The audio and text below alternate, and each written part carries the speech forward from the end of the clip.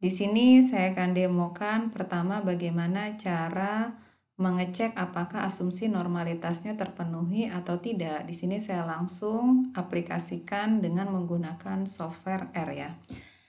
Jadi pertama di sini saya punya data ya. Ini adalah data yang berasal dari rancangan acak lengkap, di mana terdapat sebanyak 5 perlakuan dan masing-masing perlakuan di sini dilakukan sebanyak 4 pengulangan. Jadi ada 4 ulangan untuk setiap perlakuan. Jadi total respon data yang diperoleh di sini ada sebanyak 20 dan data responnya di sini saya simpan dalam objek Y. Kemudian di sini saya definisikan X, di mana X-nya ini menyatakan perlakuan ya. Perlakuannya ada 1 sampai 5, di mana setiap perlakuannya ini diulang sebanyak 4 kali. Tidak lupa kita di sini harus definisikan X-nya sebagai faktor, karena di sini X-nya itu merupakan variabel kategorik ya, atau merupakan faktor yang menunjukkan kategorinya itu adalah perlakuan 1, 2 sampai dengan perlakuan kelima. Kemudian di sini langsung kalau datanya sudah kita definisikan ya, respon datanya, kemudian variabel faktornya, kita bisa menggunakan perintah AOV untuk memodelkan dengan model ANOVA, dan hasilnya di sini saya simpan dalam objek fit.AOV. Kemudian untuk mengeluarkan hasil ringkasan dari model ANOVA, di sini kita menggunakan perintah summary ya.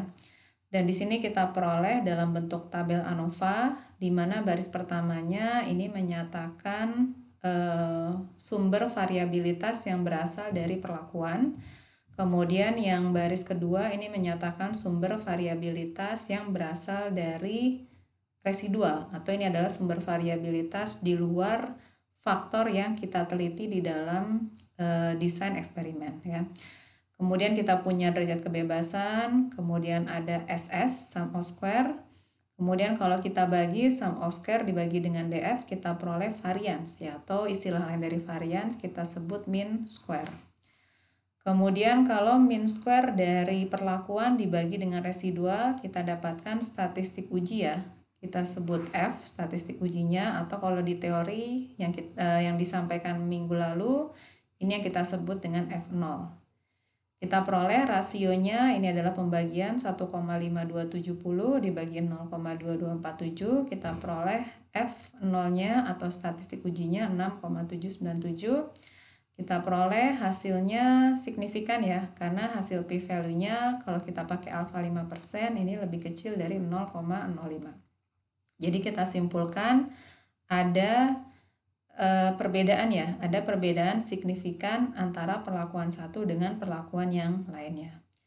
Nah, sebelum kita interpretasikan hasil dari ANOVA, kan kita perlu melakukan evaluasi apakah asumsi normalnya terpenuhi atau tidak ya. Nah, untuk mengevaluasi asumsi model, kita bisa menggunakan residual model, di mana kalau kita menggunakan software R, cara mengeluarkan residual model, pertama di sini ya tentunya harus kita fitkan dulu ya modelnya dengan perintah AOV. Kemudian kalau objeknya sudah kita simpan, baru residualnya bisa kita keluarkan dengan menggunakan R standar. Jadi kalau kita menggunakan perintah R standar, di sini kita meminta R untuk mengeluarkan residual yang sudah distandarisasi atau sudah dibakukan. Nah, kemudian kalau residualnya sudah kita panggil ya, sudah kita simpan, di sini saya simpan dalam objek residual, kemudian kita bisa menggunakan perintah hist untuk membuat histogram dari residual.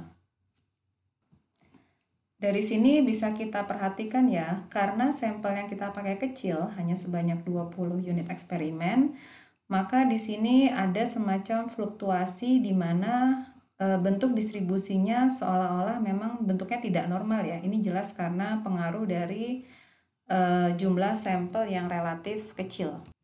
Dan kalau kita amati jelas dia tidak membentuk kurva seperti kurva yang berbentuk lonceng ya, kurva normal.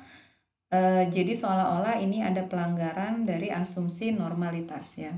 Nah, makanya dari sini kita tidak bisa hanya mengandalkan visualisasi dari histogram saja. Ya, pertama karena melihat atau mengevaluasi dari gambar itu sifatnya bisa subjektif ya. Kemudian yang kedua di sini karena pengaruh jumlah sampelnya relatif kecil, makanya ini mudah sekali kita peroleh bentuk fluktuasi yang seperti ini ya, yang tidak beraturan, jadi seolah-olah terjadi pelanggaran normalitas. Nah, alternatifnya di sini kita bisa menggunakan QQ plot ya. Ini adalah quantile plot. Di mana kalau kita evaluasi normalitas dengan menggunakan QQ plot, di sini kita bisa melihat ya, cara mengevaluasinya.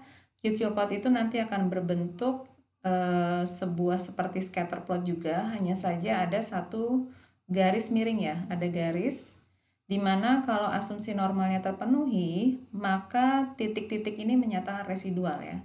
Titik-titik ini atau residualnya, kalau terpenuhi normalitas, dia akan jatuh di sekitaran garis lurus ini ya.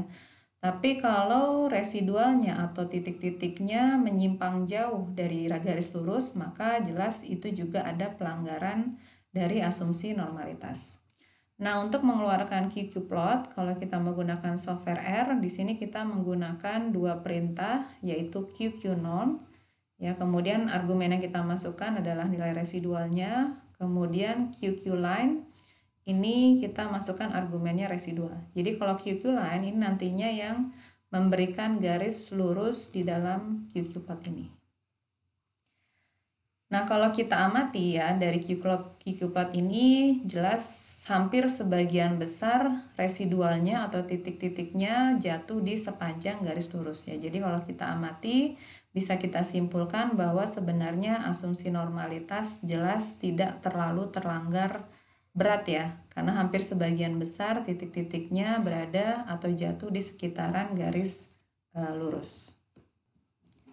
Secara umum ANOVA ini cukup robust terhadap asumsi normalitas. Jadi artinya kalau ada penyimpangan kecil atau moderate dari normalitas, itu hanya sedikit berpengaruh terhadap dari uji F yang dilakukan ya. Jadi untuk ANOVA itu sendiri kita masih memiliki toleransi ya. Normalitasnya itu kalau asalkan tidak terlanggar dengan berat, maka hasil dari uji F-nya itu masih bisa kita percaya. Dan di sini saya berikan catatan, ANOVA-nya ini khusus untuk yang pengaruhnya bersifat tetap ya. Jadi di ANOVA sendiri itu ada dua jenis pengaruh, yaitu pengaruh yang bersifat tetap sama pengaruh yang bersifat acak. Bedanya kalau pengaruh bersifat tetap, ini biasanya kita hanya tertarik pada perlakuan yang kita teliti di dalam desain eksperimen ya. Sedangkan kalau pengaruh acak ini artinya perlakuan yang kita teliti merupakan sampel dari populasi yang ada. Jadi di sini ada perbedaan ya. ANOVA ada yang bersifat tetap, di mana pengaruhnya tetap, ada yang bersifat pengaruhnya acak. Jadi kalau untuk pengaruh tetap, di mana kita hanya tertarik pada perlakuan yang kita teliti saja, dan bukan dari suatu populasi, maka kita masih bisa menggunakan ANOVA walaupun asumsi normalitasnya itu tidak terlalu terlanggar dengan berat ya. Tetapi kalau ANOVA di mana pengaruhnya bersifat acak, jadi artinya perlakuan yang kita gunakan itu hanyalah sampel dari perlakuan-perlakuan yang ada di populasi, maka ini pelanggaran dari normalitas baik yang kecil apalagi yang besar itu jelas akan mempengaruhi hasil uji ANOVA-nya ya. Tapi untuk materi ANOVA yang kita pelajari di mata kuliah ini kita hanya fokus untuk pengaruh yang sifatnya tetap. Kemudian berikutnya untuk normalitas kita juga bisa uji secara signifikan ya, secara formal dengan menggunakan uji Shapiro-Wilk, di mana hipotesis nihilnya berbunyi residualnya normal, sedangkan alternatifnya berbunyi residual tidak normal. Nah, untuk menggunakan Shapiro-Wilk, di sini kita bisa menggunakan perintah Shapiro titik tes, kemudian argumen yang kita masukkan adalah nilai residualnya. Ya. Di sini diberikan nilai statistik ujinya sebesar 0,93458 dengan p-value-nya 0,189. Hasil uji menyatakan tidak signifikan ya, tidak signifikan pada level kalau kita pakai alfanya 5%. Jadi artinya apa? Karena p-value-nya lebih besar daripada alfa 5% ya, maka gagal tolak H0, di mana bisa kita simpulkan bahwa asumsi normalitas dari residualnya terpenuhi. Berikutnya kita juga bisa menggunakan R ya, bantuan R untuk menguji homoskedastisitas ya. Cara pertama kita bisa melakukannya secara visualisasi ya, di mana kita gambarkan antara hasil prediksi dengan nilai residualnya. Dalam hal ini yang saya gambarkan di dalam sumbu Y, di dalam sumbu X, ini adalah nilai prediksi ya, ini adalah prediksinya. Sedangkan yang digambarkan dalam sumbu X ini adalah nilai residualnya. Ya, kita buat scatter plot antara nilai prediksi dengan residual, di mana kalau prediksinya ya kita bisa menggunakan perintah fitted. Ya, jadi kalau kita berikan perintah fitted terhadap objek ANOVA yang tadi kita simpan dengan namanya fit.AOV, ini akan memberikan nilai prediksi yaitu nilai YIJ topik ya. Kemudian tinggal kita buat scatter plotnya dengan menggunakan perintah plot, di mana sumbu X-nya ya, ini merupakan nilai prediksi, ini adalah X-nya, sedangkan residualnya kita gambarkan di sumbu Y.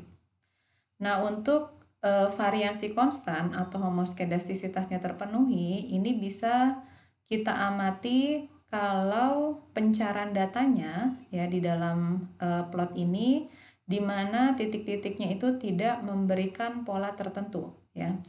Jadi karena secara umum bisa kita amati bahwa titik-titiknya ini tersebar secara acak dan tidak membentuk pola tertentu, maka bisa kita simpulkan asumsi homoskedastisitasnya terpenuhi. Nah, bentuk plot seperti apa di mana homoskedastisitasnya tidak terpenuhi? Salah satunya kalau misalkan datanya atau residualnya ya, titik-titiknya membentuk pola seperti ini. Seperti gambar trompet ya.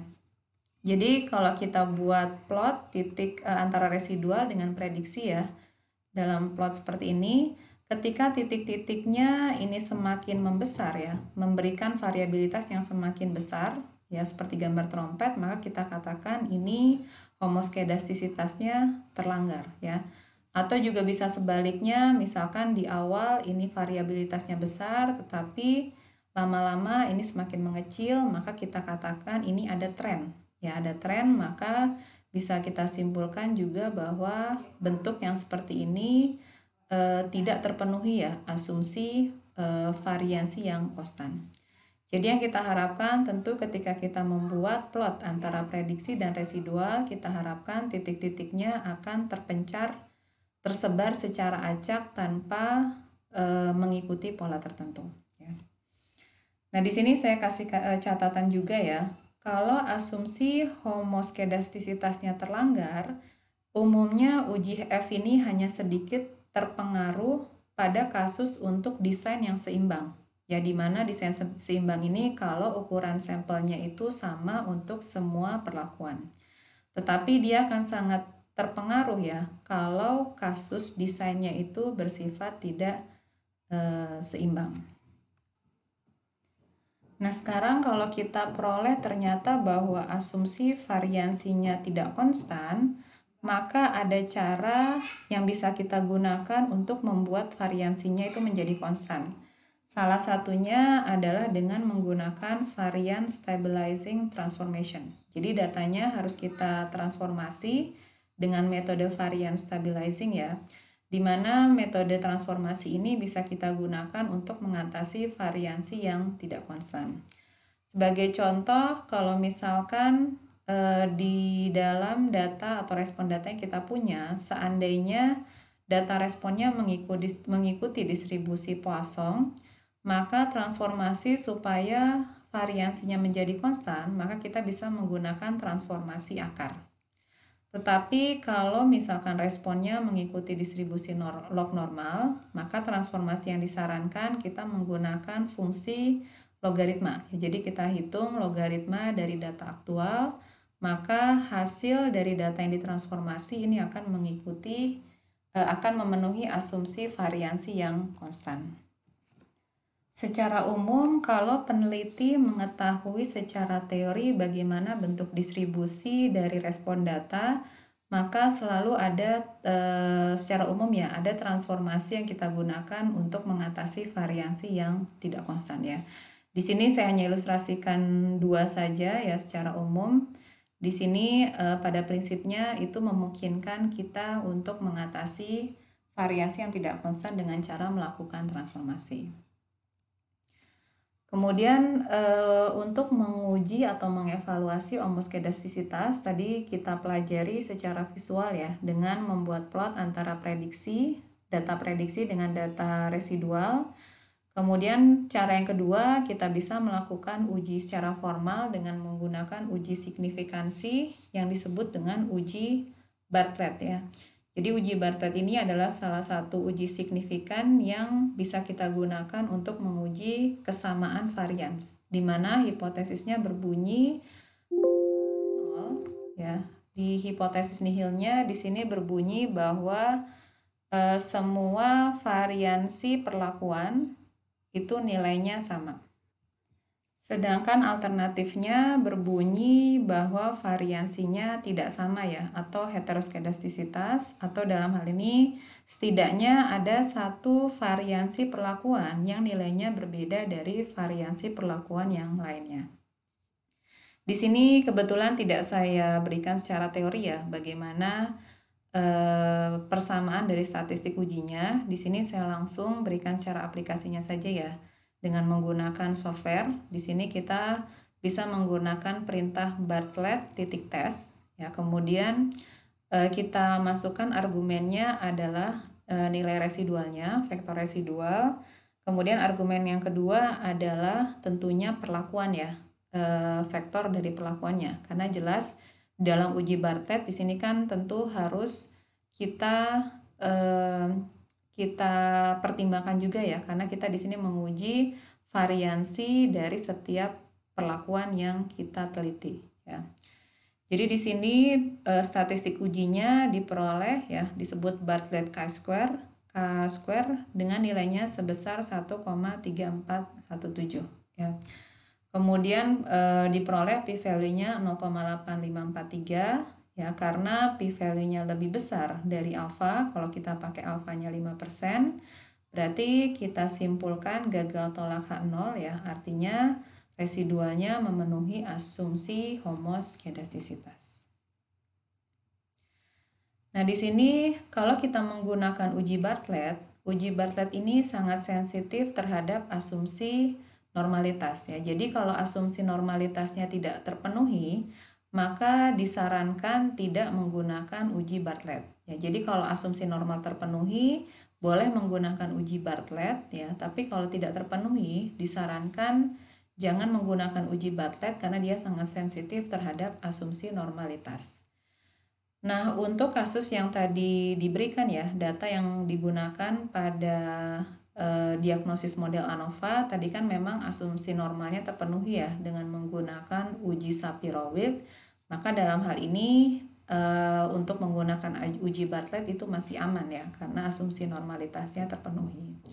Nah, kalau tidak terpenuhi bagaimana? Di sini ada metode alternatif yang disebut dengan uji Modified Levene, di mana uji Modified Levene ini jauh lebih robust ya terhadap asumsi normalitas ya. Jadi mau asumsi normal terpenuhi atau tidak terpenuhi, sebenarnya paling aman kita menggunakan uji Modified Levene. Nah, untuk menggunakan uji Modified Levene, di sini kebetulan untuk bawaan R-nya sendiri dia tidak ada ya. Kita harus menggunakan package. Jadi nanti silakan diinstal terlebih dahulu package-nya yang bernama Asbio ya, Asbio. Kemudian kalau sudah kita panggil package Asbio, maka kita bisa menggunakan perintah mod Levene .test. di mana argumen yang kita masukkan sama seperti ketika kita menggunakan uji Bartlett ya. Jadi argumennya adalah residualnya terlebih dahulu, kita masukkan, kemudian kita berikan juga perlakuannya, vektor perlakuannya. Nah, uji modified Levin ini dia basisnya adalah uji F ya. Jadi makanya ada 2 derajat kebebasan, DF1 dan DF2. Kemudian statistik ujinya 0,61538 dengan p-value-nya sebesar 0,6582 ya. Sama seperti sebelumnya kita bandingkan dengan alfa. Kalau kita pakai alfanya 5% atau 0,05, jelas p-value-nya lebih besar ya. Jadi artinya hasilnya tidak signifikan atau kita gagal tolak H0, artinya residual memenuhi asumsi homoskedastisitas. Oke, berikutnya asumsi terakhir yang harus kita cek adalah apakah residualnya bersifat independen atau tidak ya. Nah, untuk menguji independen, ini biasanya kita menggunakan plot residual terhadap waktu pengambilan data ya. Jadi kalau misalkan kita memiliki record ya, record mengenai kapan datanya diambil ya, data diambil waktu pengambilan data, maka di sini nanti bisa kita cek apakah ada sifat independensi ya antara data residualnya ya. Jadi di sini diasumsikan bahwa data yang saya ambil ya, data tadi 20 sampel data, dari data pertama sampai data terakhir itu saya ambil berdasarkan urutan waktu yang berbeda-beda ya. Jadi untuk data pertama ini saya ambil pada waktu hari pertama, data kedua hari kedua, dan seterusnya sampai data terakhir itu saya ambil pada hari ke terakhir juga ya. Idenya di sini adalah kalau kita melakukan pengacakan, maka pengacakan yang benar itu merupakan langkah penting ketika kita mengambil data ya. Terkadang skill peneliti itu bisa berubah selama progres eksperimen dia lakukan. Dan hal ini akan berdampak pada perubahan error sepanjang waktu ya. Nah, kondisi yang seperti ini akan berdampak pada plot residual terhadap waktu yang terpencar pada satu sisi saja. Jadi makanya di sini kita untuk menguji asumsi independen, kita bisa mengevaluasi residual sepanjang waktu ketika kita melakukan pengambilan data. Kalau ada kecenderungan misalkan dia hanya terpencar pada satu sisi saja, itu jelas ada kemungkinan bahwa data residualnya bersifat dependen ya. Tetapi kalau kita amati seperti gambar yang diberikan di sini ya, di mana residual kita plotkan terhadap waktu, ini jelas dia berfluktuasi tanpa menunjukkan pola tertentu ya. Dia tersebar secara acak ya, atau berfluktuasi tanpa menunjukkan ada pola tertentu, maka jelas di sini residualnya bersifat independen ya.